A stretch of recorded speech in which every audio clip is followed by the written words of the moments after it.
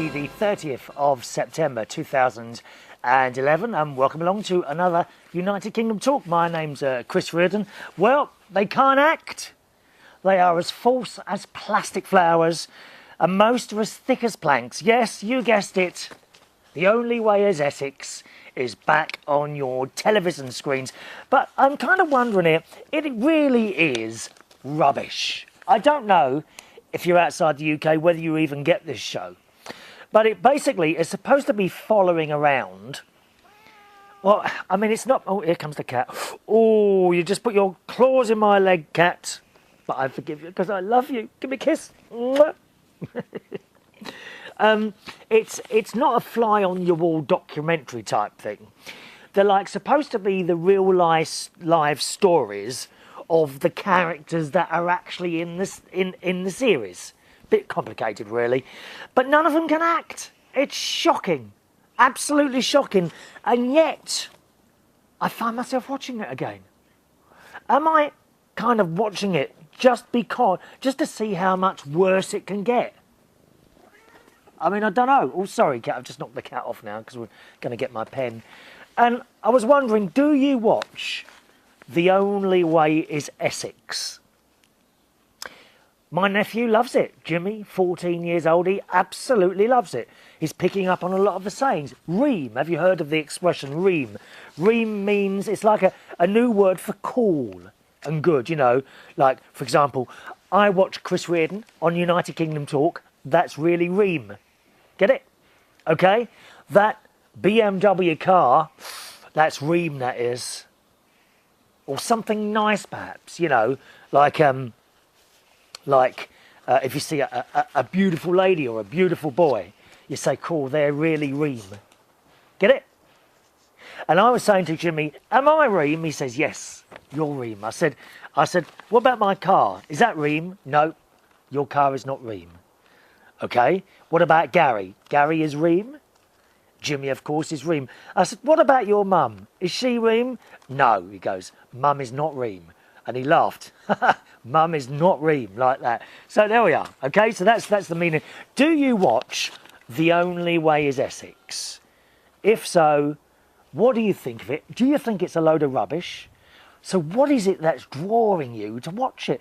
I can't explain it. I watch it myself now. It is biggest load of rubbish on that telly. Absolute biggest load of... And yet, I watch it. Do you? And if so, why?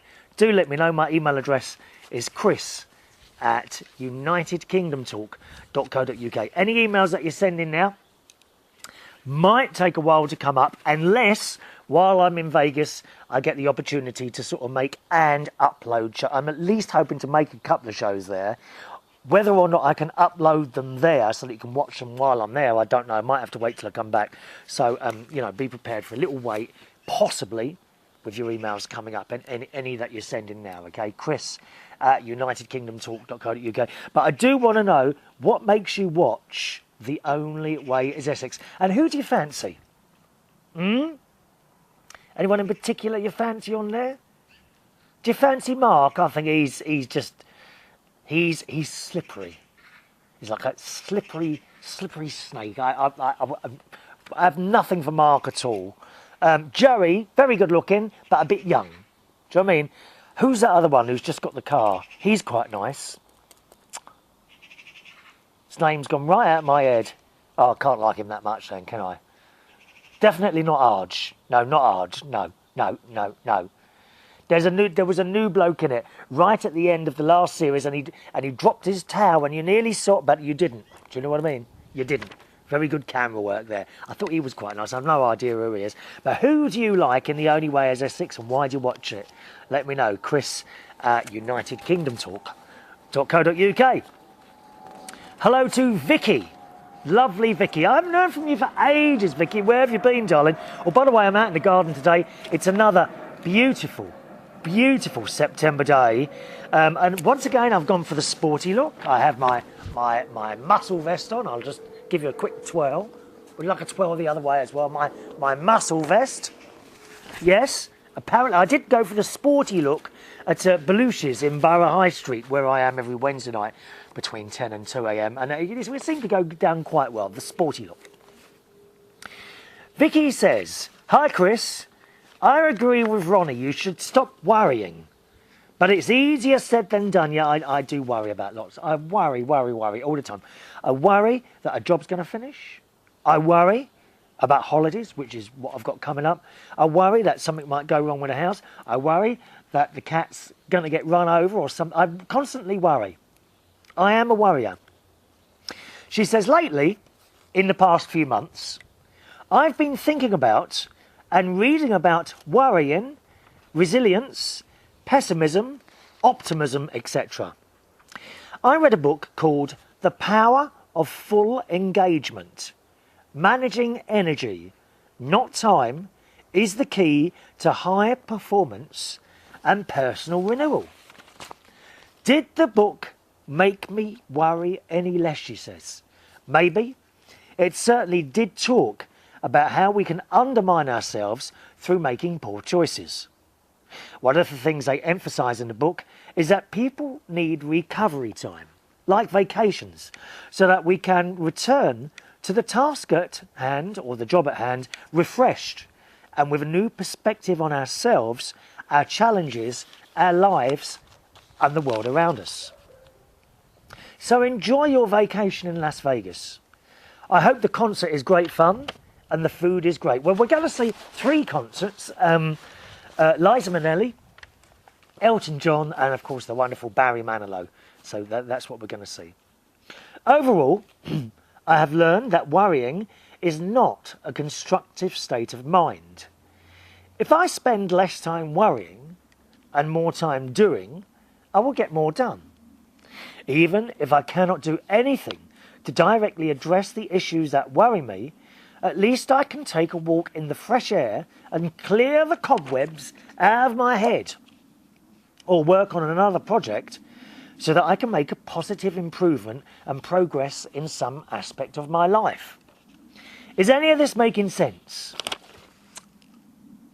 Yeah, you're telling me to go on holiday. I hope it is. Basically, it's just my way of saying, hang in there, stay positive and enjoy your break. You deserve it. Love and best wishes for a safe and joyful journey. And that's from Vicky. Yeah, I know what you mean about the cobwebs, Vicky. I mean, I think there's a few in me now. I've got a few cobwebs about my person. I really do think so. It's getting to that. I woke up this morning, there was a cobweb over my eye. You know, with a spider. That's what happens when you get older. I'm sorry, boys and girls, it's the way it is. You start producing cobwebs. My sister's got cobwebs in places I could not mention. She's so old, even something else is haunted. I'm telling you that now. Don't let me be rude. Vicky also writes, you were talking about your horse chestnut tree, she says. I googled up how... That's a very young expression for you, Vicky. Googled up. People like us can't use these expressions. She says, I googled up how to grow a horse chestnut tree, and this is what I found. A story of a guy who had a neighbour's tree fall onto his new car. As a friend of mine said, if this guy didn't have bad luck, he wouldn't have any luck at all. And she sent me the story here. It says, Collins spent years trying to find the perfect car. It was destroyed in a second when his neighbour's 80-foot horse chestnut tree was sent crashing down through the garage by a strong gust of wind. The 18-ton conker tree was rotting inside, and when it toppled, it obliterated Collins' brand new garage, writing off his new car and his daughter's car.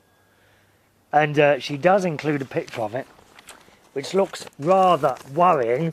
But I'm kind of wondering here, I don't know if you can see that or not. It's not a very clear picture because I've only printed it in black and white. I'm sorry, I'm too tight to print off these things in colour. Have you seen the price of colour ink? It's outrageous. Yeah, so a lot of damage done there. But I know you're worrying once again about me, Vicky, aren't you? You're worrying once again about me, Vicky. But to be honest, I wonder how long that horse chestnut tree took to grow to 80 feet. And the question is, let me think, I'm 48 now, so I'll probably live another 100 years. It might become a problem in about 60 years, I think. What do you reckon? Let me give you the email address once again. It's chris@unitedkingdomtalk.co.uk. Tomorrow, on tomorrow's show, my potatoes, you remember the potatoes I'm growing? Okay, they're in bags. I've noticed the plants on top that are growing out look rather dead now, so I think it's ready to have a little dig in there to see if I've got any nice potatoes. I've got my fingers crossed. All right, thanks very much for watching and listening. I'll see you on the next show. Bye-bye.